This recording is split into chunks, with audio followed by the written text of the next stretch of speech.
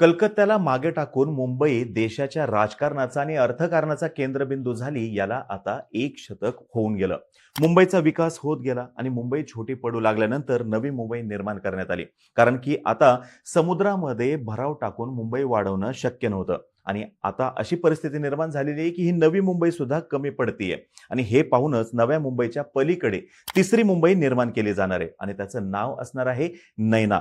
फुल form आहे Navi Mumbai airport influence notified area. मराठीमध्ये नवी मुंबई आंतरराष्ट्रीय विमानतळ प्रभावित क्षेत्र. आज या नैनाविषयी आपण सविस्तरमध्ये माहिती घेऊयात. या तिसऱ्या मुंबईविषयी माहिती घेऊयात आणि नैनाची किंवा एका नव्या मुंबईची गरज का निर्माण झाली याच्यावरती सुद्धा प्रकाश टाकण्याचा प्रयत्न करूयात.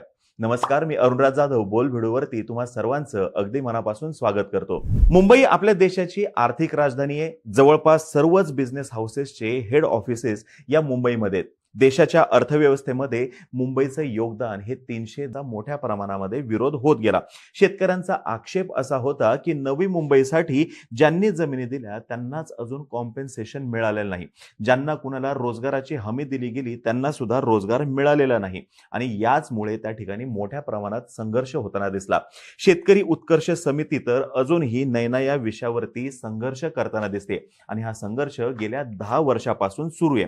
10 वर्ष झाली प्रोजेक्ट अनाऊन्स होऊन, पण अजूनही तो पूर्णत्वास गेलेला नाही. काही ना काही त्याच्यामध्ये आडकाठी येताना दिसते. यावर्षी एप्रिलमध्ये सिडकोने जवळपास 1200 कोटी रुपयापर्यंतचं टेंडर काढलेलं आहे. तिथल्या रोडसाठी, ड्रेनेज सिस्टीमसाठी, सॉलिड वेस्ट मॅनेजमेंटसाठी. मॉन्सूनचा काळ धरून 30 महिन्यांमध्ये ही सर्व कामं पूर्ण होणं अपेक्षित आहे. पण गेल्या 10 वर्षात जे झालं नाही ते 30 महिन्यात होईल का, ही मोठी शंकाच आहे.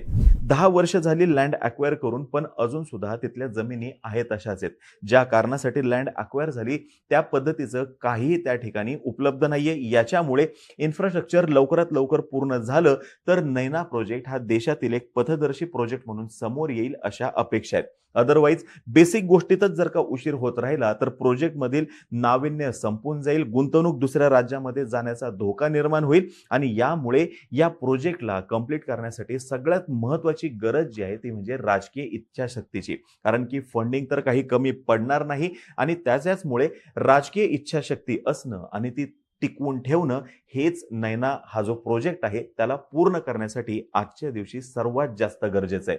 आता तुम्हाला ही माहिती जर का आवडली असेल खाली कमेंट बॉक्समध्ये नक्की सांगा. आपले कोणी प्रेक्षक जर का या प्रोजेक्टच्या आसपास असतील, तिथे काही त्या संदर्भातल्या समस्या असतील ज्या इथं मांडता आल्या नाहीत, त्या त्यांनी कमेंट बॉक्समध्ये मांडल्या तरी सुद्धा चालतील. तोपर्यंत आम्हा सर्वांचे व्हिडिओ जास्तीत जास्त लोकांपर्यंत पोहोचवा आणि चॅनलला सबस्क्राईब करायला थोडं विसरू नका. धन्यवाद.